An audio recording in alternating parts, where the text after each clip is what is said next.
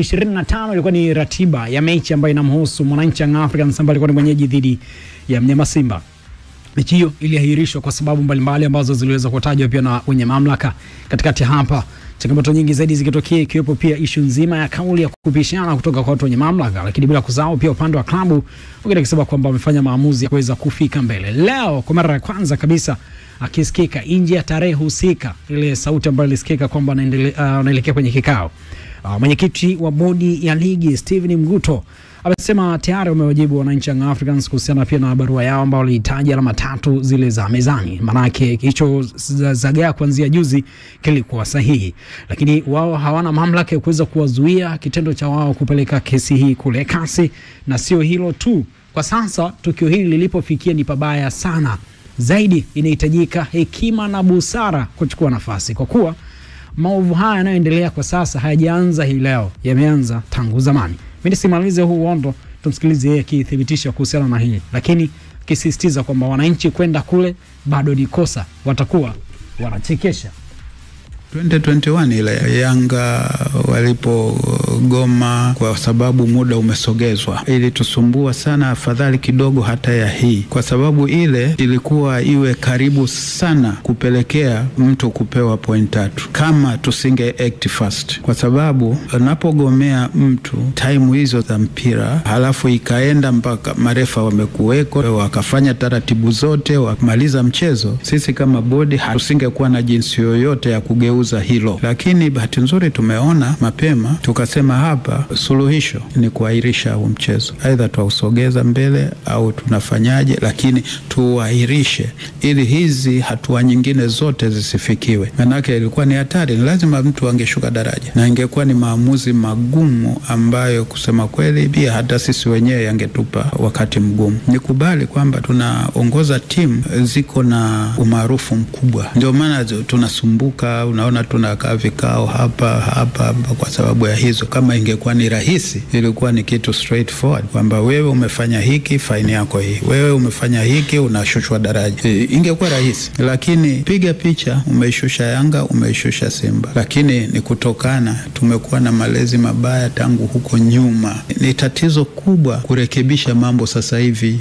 Mtoto anakuwa tu unamfundisha kuongea matusi, sasa kuja kumrekebisha yeye atajua kwamba tangu nimezaliwa mimi najua hili sio ni neno tu la kawaida. Kama hili la juzi, pressure ni kubwa, lakini siwezi kusema ni pressure kubwa sana. Maneno ndio mengi. Tuko katika position ya kufanya maamuzi kama tulioyafanya, lakini jinsi gani tunauelimisha umma ndio shida yetu kubwa, kwa sababu tunapaswa tuwaelimishe kwamba wewe unaposema kwamba Simba kagomea, tunataka tukuelimishe Simba kama aligomea au hakugomea. Pia tunataka tukuelimishe Yanga na haki ya kudai point 3 au hakudai. Sasa haya ndio mambo ambayo huwezi ukakurupuka ukaja ukasema hiki.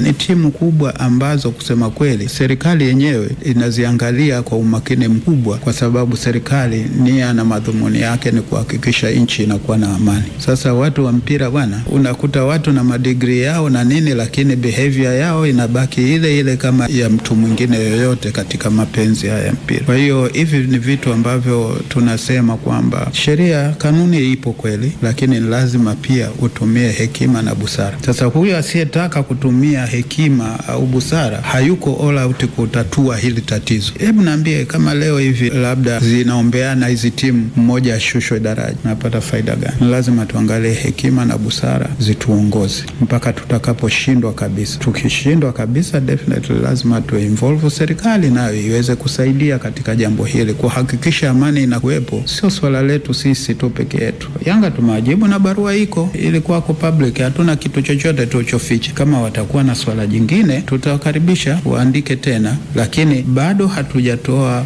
final ya hili swala. Binafsi tunaona kwamba inaweza ikawa ni fair kwa kila mtu. Kasi kuizungumza tu, kasi ni rahisi, lakini kasi ina taratibu zake. Lakini kwa sababu wenzetu walishawahi kwenda kasi kwa swala la Morrison, sina shaka wanajua hizo taratibu na watazipitia hizo taratibu na nini. Kwa hiyo kama wanaenda kasi, huwezi kumkataza mtu. Kubwa sisi kama tutaitwa na kazi kwenda kujibu, na wakati huo kama tumeshafanya maamuzi yetu, tapeleka maamuzi yetu ambayo hii ilikuwa ni hivi. Lakini kama wanaenda kazi sasa hivi ambapo hatujasema kwamba hii imeamuliwa vipi, itakuwa ni kitu kichekesho.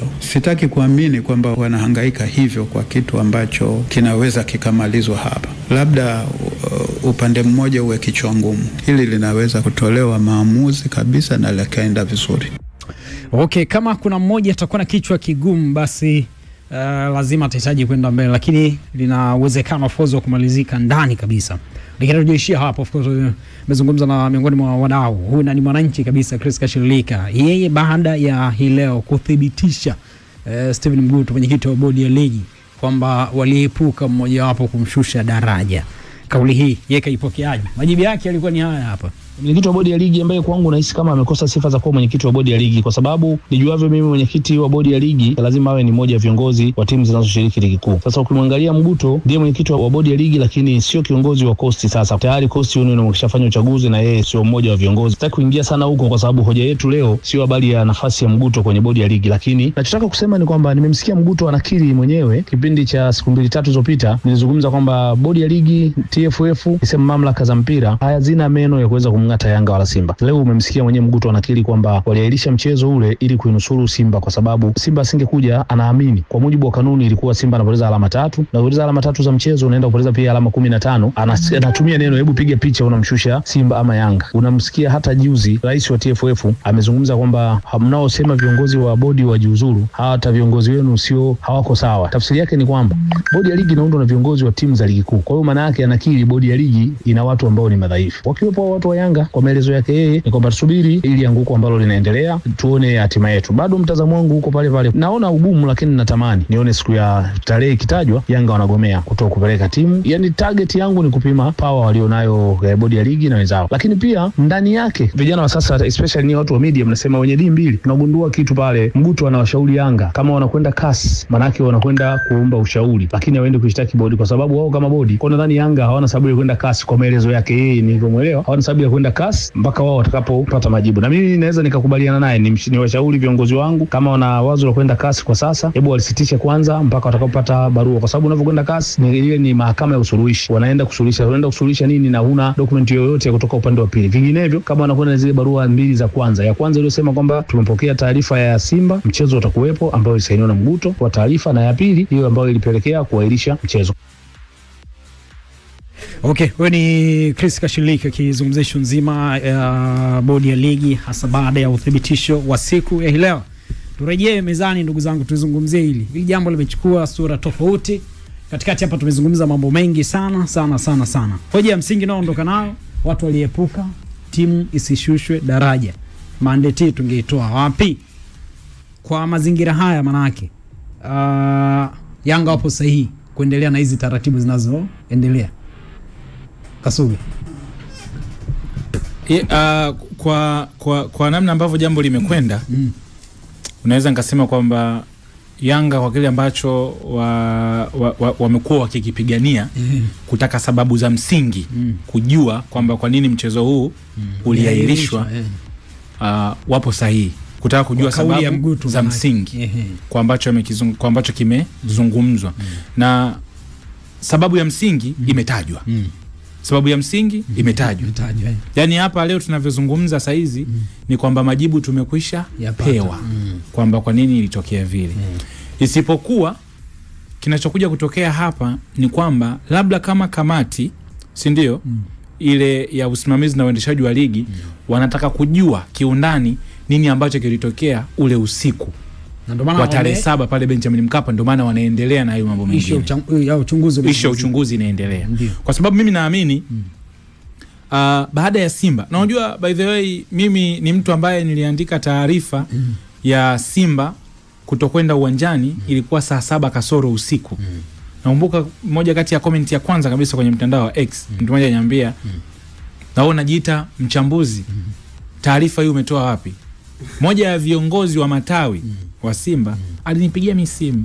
Kaniambia kaka, taarifa tuliopewa saa hizi mechi hamna. Kwa hiyo kesho hamna mechi. Hiyo saa 7 kasoro. Nilikuwa nipo kwenye misele yangu. Natoka kwenye misele yangu nilikuwa maeneo kwa Kobichi saa 8 kasoro. na hiyo na taarifa ya Simba. Ndio. Imetoka. Maanake Simba wao jambo lao walikuwa nalo serious, walimaliza usiku ule ule. Kwa hiyo ambacho kilitokea, inawezekana Mzee Mguto baada ya asubuhi alivyokuja kunukuliwa kwamba mechi ipo, inawezekana aliamini jambo alipo serious kwa kiwango hicho. Sawa? Ilipofika saa 8 mchana na ikaonekana wachezaji wa Simba wametawanyika, Simba wako pamoja, inaonekana ndio muda ambao wakauona uzito wa jambo. Conclusion ya haraka inakuja wapi? Taratibu za mchezo zikikamilika, kuna mtu atakuja kushushwa au tunasema kanuni zitakuja kuwa nzito kwa Simba. Manake kama vile Yanga alivyoenda uwanjani yani saizi Yanga alivyoenda uwanjani salifuata taratibu zote kwa mujibu wake yeye kwamba sisi tunapeleka sasa Yanga baada ya mechi kutangazwa kuahirishwa, Yanga alikuwa hana uhalali wowote chochote ambacho alikuwa anakifanya kuanzia pale saa 8. Yani baada ya mechi kutangazwa imeahirishwa na mamlaka. Ndio. Manake Yanga pale alikuwa nakosa uhalali wa kupewa alama 3. Sika unanielewa? Maana kama ground za Young Africans saizi yani labda wao waje complain kwamba ule mchezo uliahirishwa kinyume na taratibu, yani wao watacheza na bodi ya ligi. Kwa sababu saizi ukisema uende ukamnyang'anye Simba alama 3, Simba naye atatoka tena ikienda kasi ndio itakuwa kesi nyeupe kabisa. Kwa sababu wanaosimamia mpira ndio walioidhinisha mchezo hamna, unachukuaje alama zangu 3? Kwa hiyo baada ya bodi kutangaza mchezo haupo, Yanga zile safari zake za uwanjani zote kwangu mimi kwa kitaratibu ni batili zote. Yani kitaratibu walienda tu kutufurahisha kwa maana ya kwamba na hata ile taarifa ambayo inatoka kwamba Yanga wamejibiwa, tuliona kuna zile kwa sababu unajua kuna muda wa kufika uwanjani, si ndio? Hata adhabu tunaona timu fulani imepigwa adhabu, ilichelewa kuingia, ilichelewa kufika uwanjani muda wa kuwasili, ufanye warm up, wachezaji wako wakaguliwe, si ndio? Officials kama kilichotokea juzi kwa Zamalek. Vile vyote hivi kutokea kwenye mechi ya Yanga. Hakuna mwamuzi ambaye tulimuona akimaliza pale mchezo uwanjani, si ndio? Hakuna taratibu nyingi, na taarifa ilisema watu pekee ambao walikuwa uwanjani ni watu wa usalama.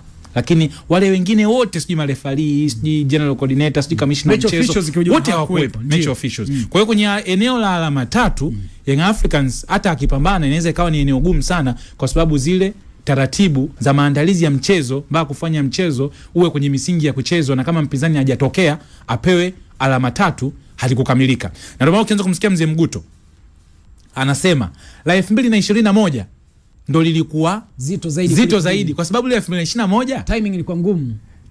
Yani Yanga kafika kafanya warm up. Officials walikuwepo wanafanya warm up. Simba akaingia, Yanga anatoka, wakafanya warm up. Muda ambao bodi waliutangaza saa 1, uwanjani alikuwepo Simba, walikuwepo officials. Maana kitaratibu ile siku mwamuzi alikuwa na uwezo wa kumaliza game. Simba anapata alama 3, magoli 3. Lakini busara na hekima ikatumika kwamba huu mchezo, na kwa sababu bodi pale napo walikiuka kanuni, kwa sababu itakiwa kama unafanya mabadiliko ya muda wa mchezo, taarifa hiyo ya masaa 24 nyuma kabla ya muda ule wa awali wa mchezo. Maana yake kuna ambacho nilikuwa nazungumza awali, inawezekana baada ya bodi kuona imefika saa 8 mchana wakaona kabisa huyu Simba hawezi kutokea uwanjani, na wakiangalia kanuni zilikuwa zinaenda ndani yake, zilikuwa zina adhabu kubwa, ambayo hii adhabu kubwa kiwepo kushushwa daraja. Hiyo adhabu kubwa ya kunyang'anywa pointi na kushushwa daraja ilikuwa inakuja kwenye uzito wa nani ambaye anaguswa. Ndio maana Mzee Mguto anasema walifanya yale maamuzi ili kuepusha timu isishushwe daraja. Na sio timu tu, Simba asishushwe daraja. Na kwa nini Simba? Kwa sababu ya ukubwa alionao, nguvu alionayo, hawa wote wawili. Na Mzee Mguto ukimsikia vizuri anachokisema, inapokuja swala la Simba na Yanga, kanuni zinawekwa pembeni. Sasa hekima na busara inakuja kutumika.